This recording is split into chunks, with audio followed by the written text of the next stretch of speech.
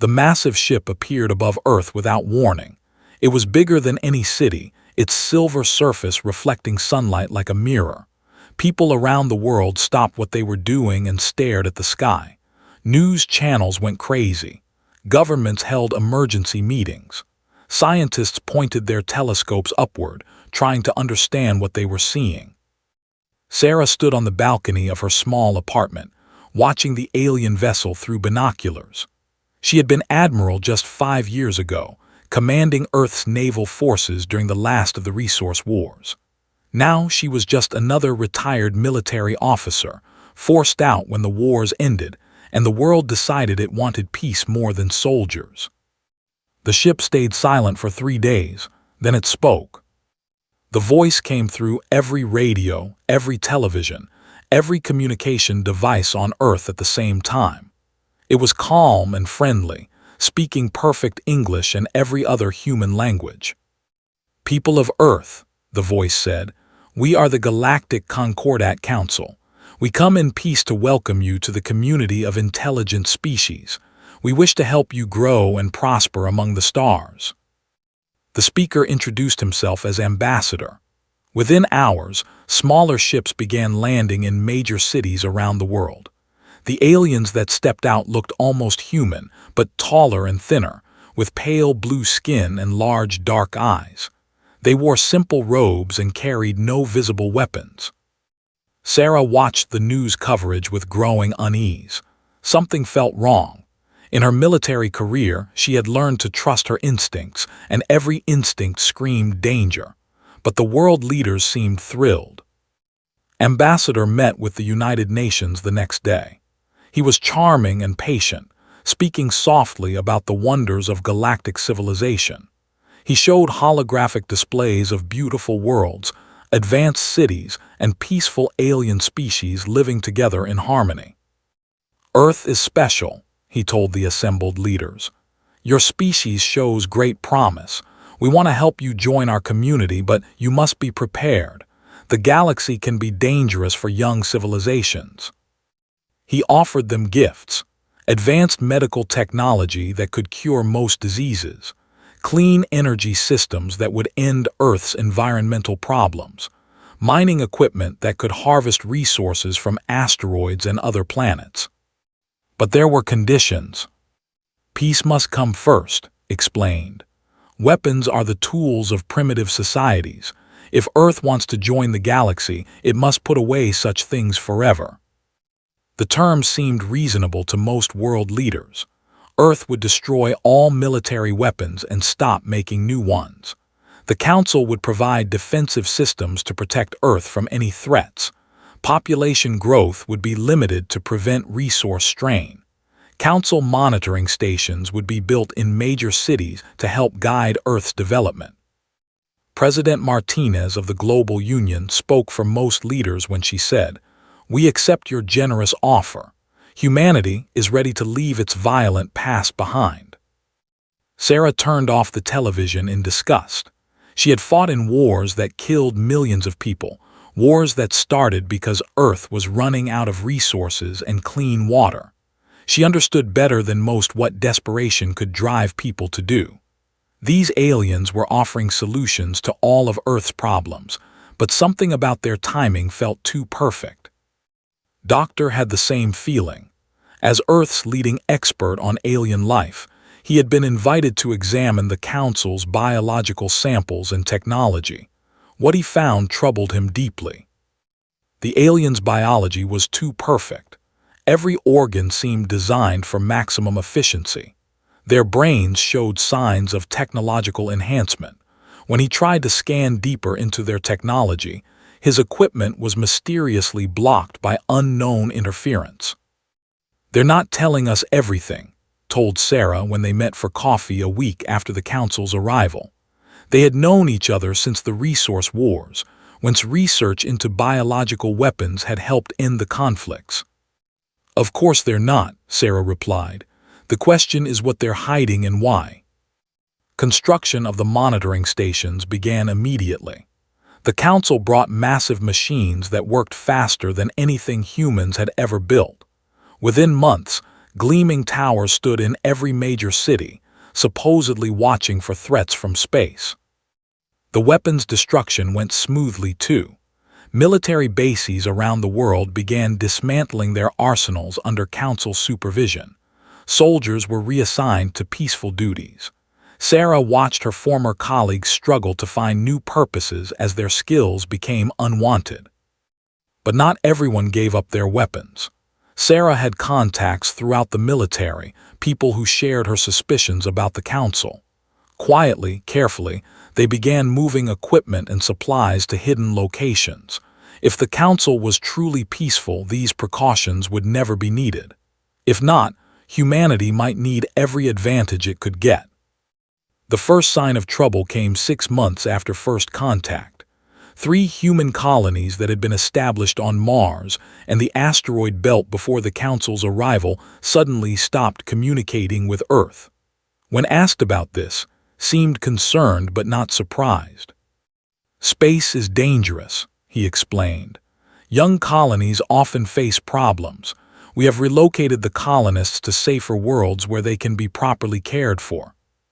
Sarah requested permission to visit these relocated humans. Her request was politely. The colonists needed time to adjust to their new homes, she was told. Contact would be restored when they were ready. Made another disturbing discovery around the same time. The Council's medical technology was collecting detailed scans of every human it treated. When he asked why, he was told it was for research purposes, to better understand human biology and provide better care. But secret analysis of the scanning equipment revealed something else. The machines were specifically studying human brain patterns, particularly the areas that controlled creativity and problem-solving. They were building a detailed map of how human minds worked. "They're not just studying us," told Sarah. "They're cataloging us, like we're specimens in a laboratory." Sarah began reaching out to her military contacts more actively. Around the world, small groups of former soldiers and suspicious scientists were coming to similar conclusions. The Council's help was too good to be true, their interest in humanity too intense, and their secrecy about the colonists too convenient. They started planning for a day that might never come, hoping they were wrong but preparing as if they were right. Earth had accepted the Council's protection, but some humans remembered that the best defense was often a strong offense. The trap was being set, but the prey was not as helpless as the hunters believed. 5 years had passed since the Council's arrival, and Earth looked like a different world. The alien towers in every city hummed constantly, their purpose still mysterious to most humans. Clean energy flowed freely, diseases had become rare, and the environment was healing faster than anyone had thought possible. But Admiral Sarah felt like she was living in a beautiful prison. She stood in an abandoned warehouse outside what used to be Denver, watching her team work on something that should not have existed. Hidden beneath old shipping containers and rusted machinery was a workshop where former military engineers were building weapons that officially didn't exist anymore. "The new power cells are working better than expected," said Commander James Park, her former second-in-command.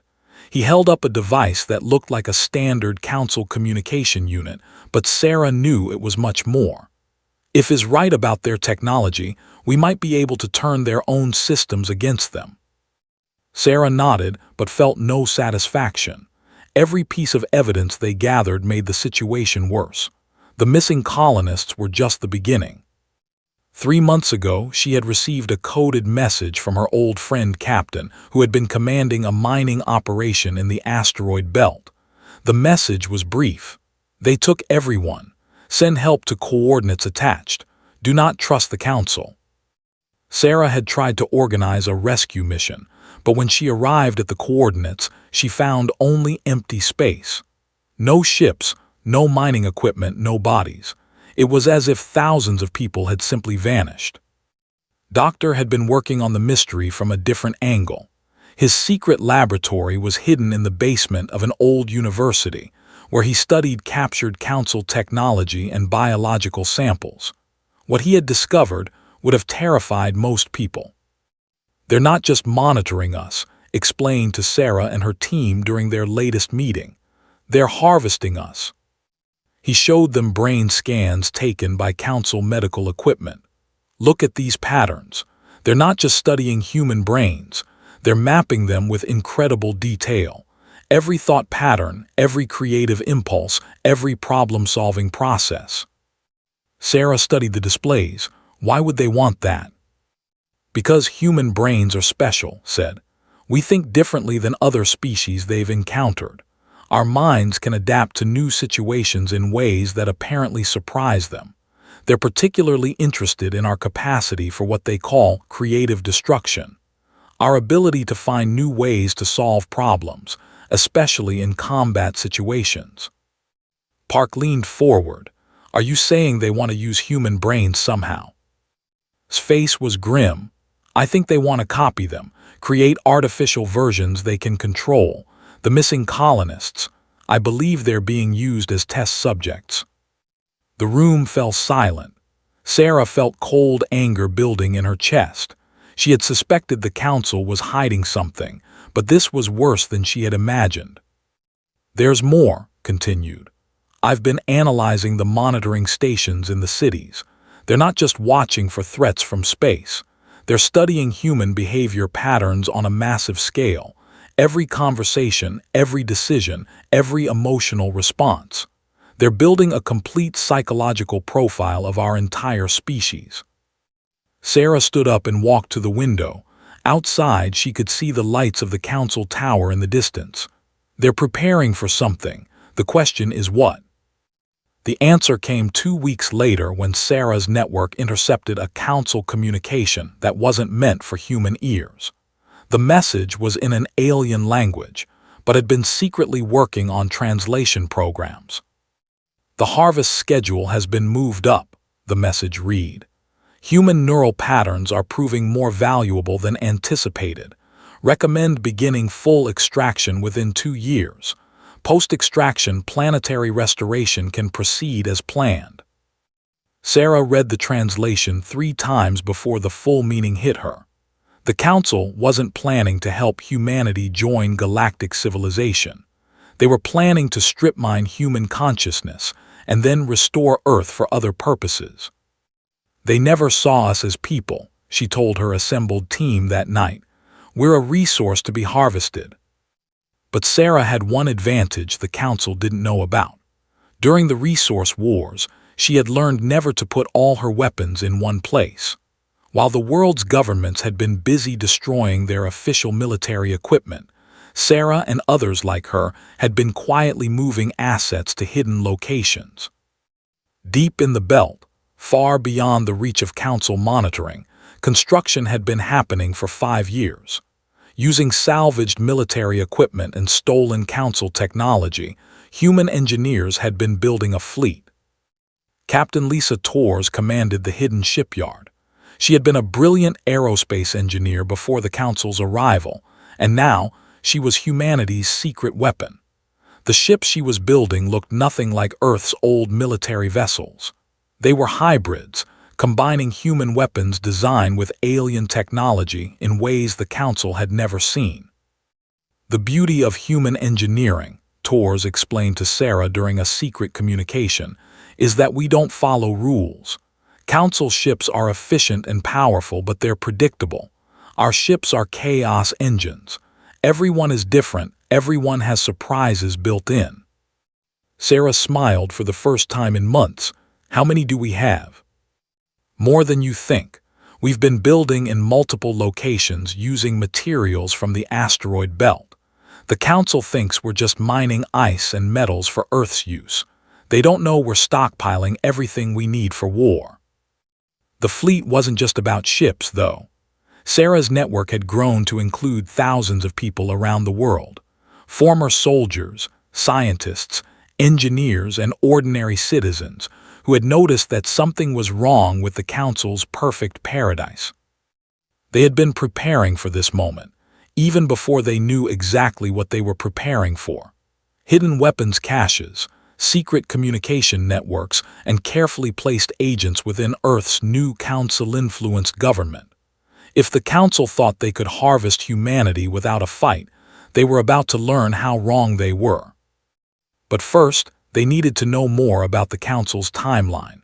The Intercept mentioned a harvest beginning in 2 years, but Sarah suspected the real timeline was much shorter. She was right. 3 days later, Ambassador announced that the Council had wonderful news for humanity. They had found perfect new worlds where humans could live in even greater comfort and safety. The Great Migration would begin soon, and every human would be relocated to these paradise planets. Sarah looked at the announcement and knew their time was up. The harvest was beginning, disguised as a gift. It was time for humanity to remind the galaxy why they had survived the resource wars. The announcement came on a Tuesday morning, broadcast simultaneously to every human on Earth. Ambassador appeared on screens worldwide, his blue face showing what humans had learned to recognize as his version of a warm smile. "My dear friends," he said, "the Council has wonderful news. We have found the perfect worlds for humanity's next chapter. These planets are more beautiful than Earth ever was, with perfect climates and endless resources. The Great Migration will begin in 3 months." Sarah watched the announcement from her hidden command center, feeling sick to her stomach. Around the world, most humans were celebrating. The news showed crowds cheering, families planning for their new lives among the stars, children drawing pictures of alien worlds they would soon call home. But Sarah knew better. This wasn't a gift, it was the beginning of the harvest. Doctor's latest intelligence confirmed their worst fears. The transport ships arriving in Earth orbit were massive, each one capable of carrying millions of people. But his secret scans revealed something terrifying. The ships weren't designed for comfortable travel. They were floating laboratories, equipped with technology that could extract and process human consciousness on an industrial scale. "They're not planning to take us to paradise worlds," told Sarah's emergency meeting. "They're planning to strip our minds during the journey and leave our empty bodies behind." Commander Park studied the ship schematics had managed to obtain. How long would the process take? "Based on what I've seen, maybe a week per ship. They're planning to process all of humanity in batches. The first ships would be returned to Earth for the next group while the previous batches being harvested." Sarah felt rage building in her chest. The Council had spent 5 years studying humanity, learning their weaknesses, earning their trust. They had convinced most of the world that this migration was humanity's reward for joining galactic civilization. "They're about to learn that they made one critical mistake," Sarah said quietly. "They assumed that because we wanted peace, we had forgotten how to make war." The first transport ships landed in major cities around the world. Massive vessels that dwarfed skyscrapers. They opened their cargo bays to reveal luxurious interiors that looked like the finest hotels Earth had ever built. Council representatives guided excited families aboard, promising them adventures among the stars. Sarah watched the first groups board the ships and felt like she was watching lambs walk into slaughterhouses. But she couldn't act yet. Her plan required the Council to believe they had won completely. 3 weeks into the migration, something unexpected happened. A coded message reached Sarah's network from one of the transport ships. It was brief but crucial. "Systems accessed. Ready for signal. The sheep have teeth." Sarah smiled grimly. Her people were aboard those ships, disguised as ordinary families eager for their new lives. But these weren't helpless civilians. They were former Special Forces operators, intelligence agents, and military engineers who had spent 5 years preparing for exactly this moment. Doctor had made another crucial discovery during his years of secret research. Human brains were indeed special, but not in the way the Council expected. While other species had evolved predictable neural patterns, human consciousness had a unique quantum signature that made it incredibly adaptable. More importantly, This same signature could interface with Council technology in ways the aliens had never anticipated. Where Council minds followed logical patterns, human creativity could find and exploits in systems that were supposed to be secure. "We're not just capable of using their technology," explained. "We can make it do things they never designed it to do. Every human brain is basically a living computer virus waiting to happen." The revelation had led to Sarah's most audacious plan. Instead of trying to fight the Council openly, they would use the migration itself as a weapon. Hidden among the millions of genuine refugees were thousands of Sarah's people, each one carrying biological modifications that would let them interface directly with Council ship systems. Captain Torres had been busy too. The hidden fleet in the belt had grown far beyond what anyone expected. Using materials salvaged from the asteroid belt and technology stolen from Council facilities, her people had built not dozens but thousands of ships. Each one was a hybrid of human aggression and Council efficiency, capable of things no purely alien or human vessel could accomplish. But the fleet wasn't Sarah's only surprise. During the 5 years of supposed peace, her network had been placing people in key positions throughout Earth's new government and the Council's operations. Maintenance workers who could sabotage critical systems. Scientists who understood Council technology better than the Council suspected. Communication specialists who could turn the aliens' own networks against them. The trap was almost ready to spring, but first Sarah needed confirmation of the Council's true intentions. That confirmation came when her agents aboard the transport ships sent back their first reports. The ships were indeed processing facilities. Hidden beneath the luxury accommodations were laboratories where human passengers were being sedated and subjected to neural mapping procedures. The process was painless and left no obvious marks, but it was stripping away everything that made them human. Worse, the scans revealed that the paradise worlds were actually prison colonies where the processed humans would live out their remaining lives as docile workers, their creativity and independence gone forever. The real humans would be replaced by artificial copies under Council control. "They're not just planning to harvest our minds," Sarah told her team. "They're planning to replace us with copies they can control. Earth would be restored, but it would be populated by fake humans who think Council thoughts." The final piece of the puzzle came from deep space. Long-range sensors detected massive Council fleets moving toward Earth's system.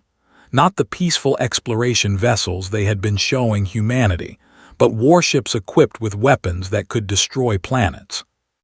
Sarah realized the Council's complete plan. The migration would remove humanity's population for processing. The hidden fleets would eliminate any resistance. Earth would be restored and repopulated with artificial humans who would serve Council interests while appearing to be a successful integration story. But the Council had made a fatal error in their planning. They had studied human history and seen the wars, the conflicts, and the destruction. They had concluded that humans were dangerous because of their capacity for violence. What they had missed was that humans were most dangerous when they appeared to be defeated. Sarah gave the signal on a Thursday morning exactly 2 months after the first transport ship had departed Earth. It was a simple radio burst that wouldn't mean anything to Council monitors. But to thousands of humans scattered throughout the Council's operation, it meant one thing: the pretense was over. The sheep were about to show the galaxy that they had never forgotten how to be wolves. Aboard the transport ships, Sarah's agents began their work. Systems that had seemed secure suddenly developed glitches. Navigation computers started receiving new coordinates. Most importantly, the neural processing equipment began experiencing mysterious malfunctions that would take days to repair. In hidden bases around Earth, weapons that officially didn't exist began powering up. Communication networks that supposedly been dismantled came online. And in the belt, Captain Torres received the message she had been waiting 5 years to hear: release the fleet. The Council was about to learn that deceiving humanity, was the last mistake they would ever make. The first sign of trouble came when Council Admiral Orr received reports that 3 transport ships had stopped responding to commands. The massive vessels hung silently in space, their navigation systems apparently offline. "Send repair teams," Orr ordered from his flagship orbiting Earth. He was annoyed but not worried. Council technology was reliable, but even the best systems sometimes needed maintenance. But the repair teams never made it to the ships. As they approached in their smaller vessels, weapons that shouldn't have existed opened fire from hidden positions throughout the solar system. The repair craft were destroyed so quickly that they barely had time to send distress signals. Orr stared at his displays in confusion. According to all Council intelligence, humans had destroyed their weapons years ago. Yet somehow they were under attack from multiple directions by ships that used both human and Council technology in ways that should have been impossible. "Sir," his communications officer reported, "we're receiving a transmission from the human ships." "Put it through." The face that appeared on the screen was calm and determined. Admiral Sarah looked directly at the camera as she spoke. "Admiral Orr, this is Admiral Sarah of the Earth Defense Fleet. You are ordered to immediately cease all operations against human civilians and prepare to surrender your vessels. You have 5 minutes to comply." Orr laughed, a sound like grinding metal. "Human, you are outnumbered 1,000 to 1.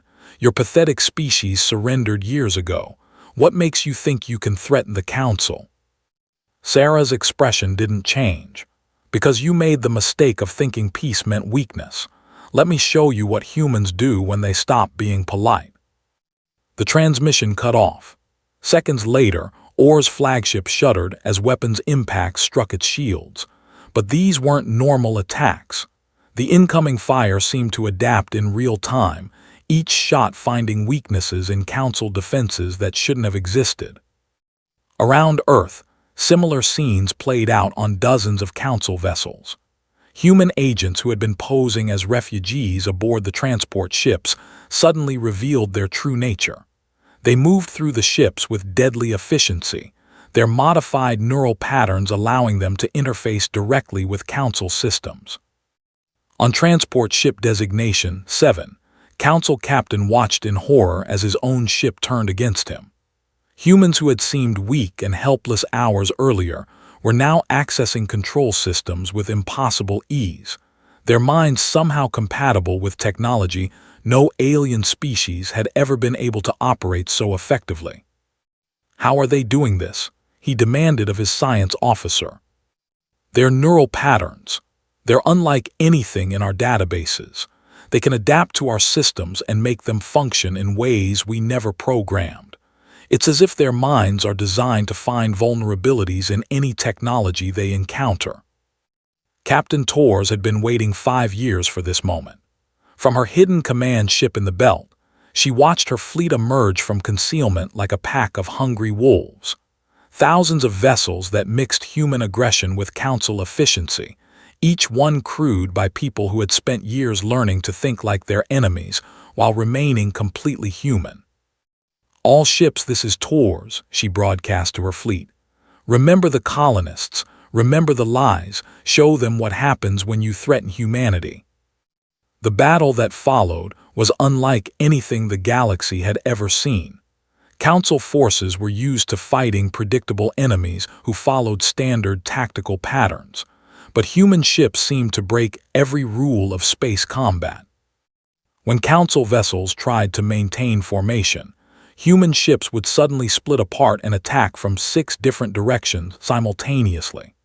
When Council captains attempted to retreat to safe distances, human vessels would sacrifice themselves in kamikaze attacks that created debris fields and gravitational anomalies. Most terrifying of all, human ships seemed to learn and adapt during combat. A tactic that worked against one human vessel would be completely useless against the next one, as if the entire fleet shared information instantly and modified their approaches in real time. Doctor had prepared for this moment too. From hidden bunkers on Earth, he began broadcasting something the Council had never expected to encounter: human military history. For 5 years, the Council had studied human culture and concluded that their capacity for violence made them dangerous. Now they learned exactly how dangerous. The broadcast showed footage from Earth's greatest conflicts, the trenches of World War I, where humans learned to fight in conditions that would break most species' will to live. The tactics of World War II, where human commanders regularly sacrificed thousands of lives to achieve strategic objectives. The resource wars, where desperate human factions had turned survival itself into a weapon. But the broadcasts weren't just showing human capacity for destruction. They were demonstrating human tactical thinking, the way human minds approached problems that seemed impossible to solve. Council Admiral Orr watched the broadcasts with growing horror. His species had evolved from herd animals that survived through cooperation and following strong leaders.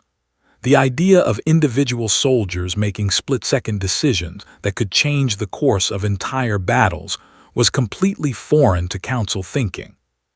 "They fight without central command," his tactical officer reported. "Each ship is making independent decisions, but somehow they're still coordinated. Our computer models can't predict what they'll do next because they seem to be making it up as they go along." That was exactly right. Human commanders like Sarah had spent their careers learning to adapt to changing situations, to find creative solutions when conventional tactics failed. The Council had studied human history and seen the destruction, but they had missed the innovation. On Transport Ship 7, the human takeover was complete. Captain, who had supposedly died in the asteroid belt years earlier, stood on the bridge wearing a Council uniform he had taken from a dead officer. "Send a message to all Council ships," he ordered the human-controlled communications system. "Tell them that the missing colonists send their regards." The message that went out contained something that made Council commanders across the system pause in disbelief: a complete tactical analysis of Council fleet movements, ship capabilities, and defensive patterns. The missing colonists hadn't been harvested at all. They had been studying Council operations from the inside for years. But the humans weren't finished with their psychological warfare. Doctors' broadcasts began showing something even more disturbing: human innovation under pressure. Footage of human engineers building weapons from scrap metal, human soldiers turning everyday objects into deadly tools, human commanders winning battles against impossible odds through pure creativity. The Council began to understand that they weren't fighting a primitive species that had gotten lucky. They were fighting a species that had survived by becoming the most adaptable predators in their part of the galaxy. Admiral Orr realized the scope of the disaster when his sensors detected the full size of the human fleet. What had appeared to be a few dozen ships was actually thousands, all of them using technology that mixed Council efficiency with human unpredictability.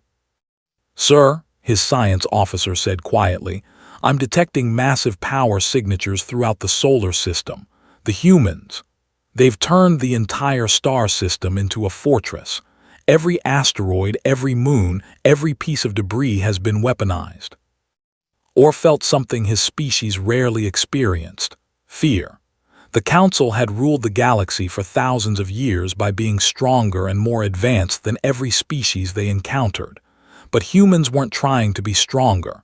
They were trying to be smarter, more adaptable, more creative in their destruction. "Send a message to Council Command," Orr ordered. "Tell them we need immediate reinforcements. Tell them humanity is not what we thought they were." But Sarah had one more surprise for the Council. Hidden throughout their communication networks were human agents who had been intercepting and analyzing every Council transmission for years. The Council's military secrets, their fleet positions, even their strategic plans had all been compromised from the beginning. The trap wasn't just closing around Council forces in Earth's system. It was closing around Council operations throughout the galaxy, as human agents activated hidden programs and turned Council technology against itself on dozens of worlds. The galaxy was about to learn that deceiving humanity hadn't just been a mistake. It had been the beginning of the end for the Council's reign. The Council's response was massive and desperate. Every warship in their 1,000-year-old empire began moving toward Earth's solar system.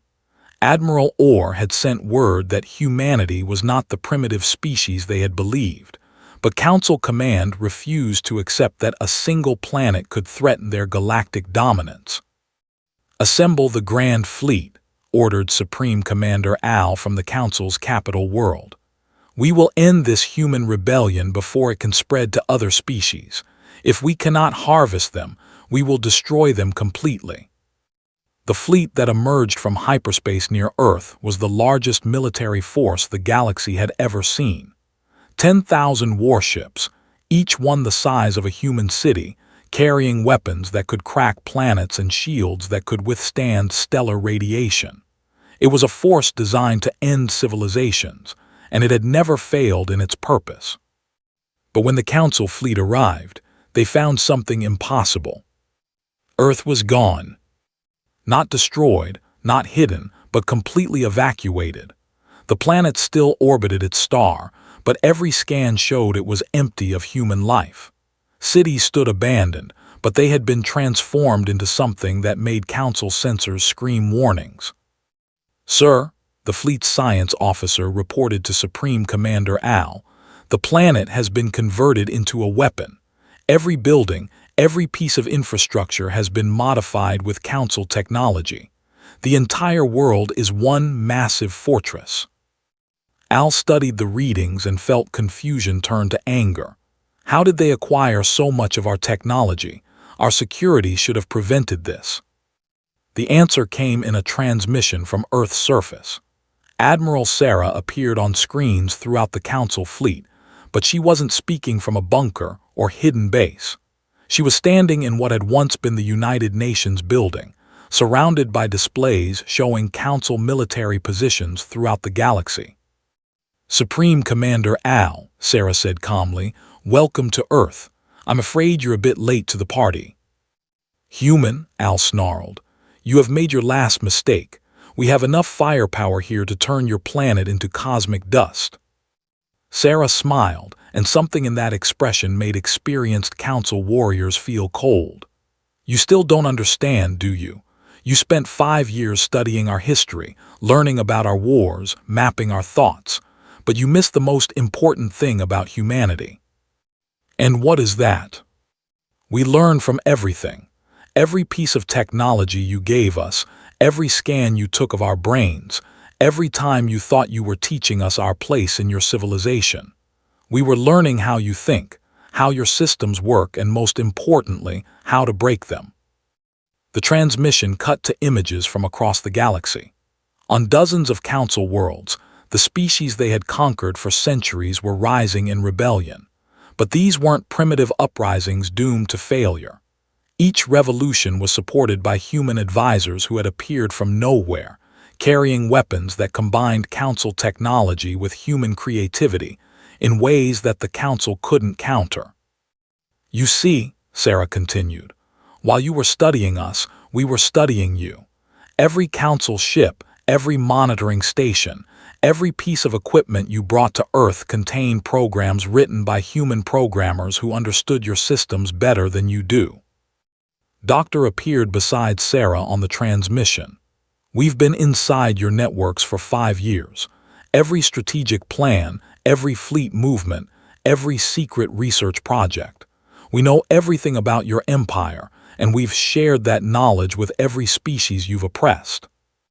Supreme Commander Al realized the scope of the disaster. The humans hadn't just escaped the harvest. They had turned the Council's own surveillance network against them, spreading rebellion throughout the galaxy while the Council had been distracted by their plans for Earth. But Al still had his fleet, and he was determined to destroy humanity even if it cost him everything. All ships, open fire on the planet, turn it into a graveyard. The Council fleet's weapons lit up space itself. Energy beams that could melt continents struck Earth's surface, followed by projectiles moving at significant fractions of light speed. It was enough firepower to destroy a dozen worlds. But Earth didn't die. Instead, the planet seemed to absorb the incoming fire, channeling it through systems that had been built into every city and structure. The energy was redirected, amplified, and sent back at the attacking fleet with interest. Captain Torres watched from her command ship as the Council's own weapons were turned against them. The humans turned their entire planet into a gravity lens, she reported to Sarah. They're using the planet's mass to focus and redirect energy back at the source. But that wasn't the most devastating part of humanity's response. As Council ships staggered under their own reflected firepower, something else began happening. Ships throughout the fleet started experiencing system failures as human viruses, dormant in Council networks for years, finally activated. Navigation systems began reporting false coordinates. Weapons systems targeted their own ships. Life support systems shut down or began producing toxic atmospheres. The Council's technological superiority, built over, became a weakness as humans turned every advanced system into a liability. On the Council flagship, Supreme Commander Al watched his invincible fleet tear itself apart. How is this possible? Sarah's voice came through the communication system, but now it seemed to be coming from the ship's own computers. Because you made the same mistake every bully makes. You assumed that because you were stronger, you were smarter. Human agents who had been hidden throughout the fleet for years suddenly revealed themselves. These weren't the helpless refugees the Council remembered. They were warriors who had spent 5 years learning to think like Council members while remaining completely human. But the humans did something that shocked even the Council species. Instead of simply destroying the helpless ships, human forces began boarding them and offering surrender terms. Wounded Council personnel found themselves being treated by human medics. Ships that surrendered were allowed to evacuate their crews before being captured. Why? Admiral Orr asked when human soldiers found him in the wreckage of his command center. Why show mercy after what we tried to do to you? The human soldier, a young woman who couldn't have been more than 20, looked at him with something that might have been pity. Because we're not you. We don't destroy species just because we can. Throughout the galaxy, the pattern repeated. Council resistance collapsed not just because of human military superiority, but because the species they had oppressed for centuries realized they had a choice. They could fight alongside humanity for freedom, or continue serving masters who saw them as resources to be harvested. Most chose freedom. In the aftermath of what historians would call the 3-Day War, Admiral Sarah found herself in a position she had never wanted, ruler of a galactic empire. The Council's forces were scattered, their government had collapsed, and dozens of species were looking to humanity for leadership. But Sarah remembered the lessons of Earth's history. Empires built on conquest and domination always fell eventually. Instead of claiming the Council's throne, she proposed something different. We're not here to replace the Council with a human empire, she announced to representatives from across the galaxy. We're here to make sure no species ever again has the power to harvest another's consciousness or treat intelligent beings like resources.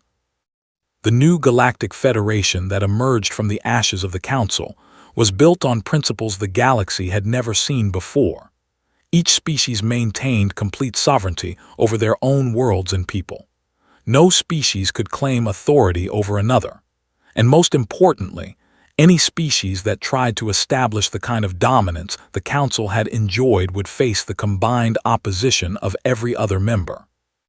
Doctor found himself leading the effort to help formerly oppressed species rebuild their civilizations and restore technologies the Council had suppressed. It's remarkable, he told Sarah. Most of these species had scientific traditions that were centuries ahead of ours in some areas. The Council kept them primitive by convincing them they needed Council guidance for everything. But perhaps the most important change was in how the galaxy thought about conflict itself. Humanity had shown that the most dangerous species wasn't the strongest or the most advanced, but the most adaptable. War was no longer about who had the biggest weapons, but about who could think of the most creative solutions to impossible problems.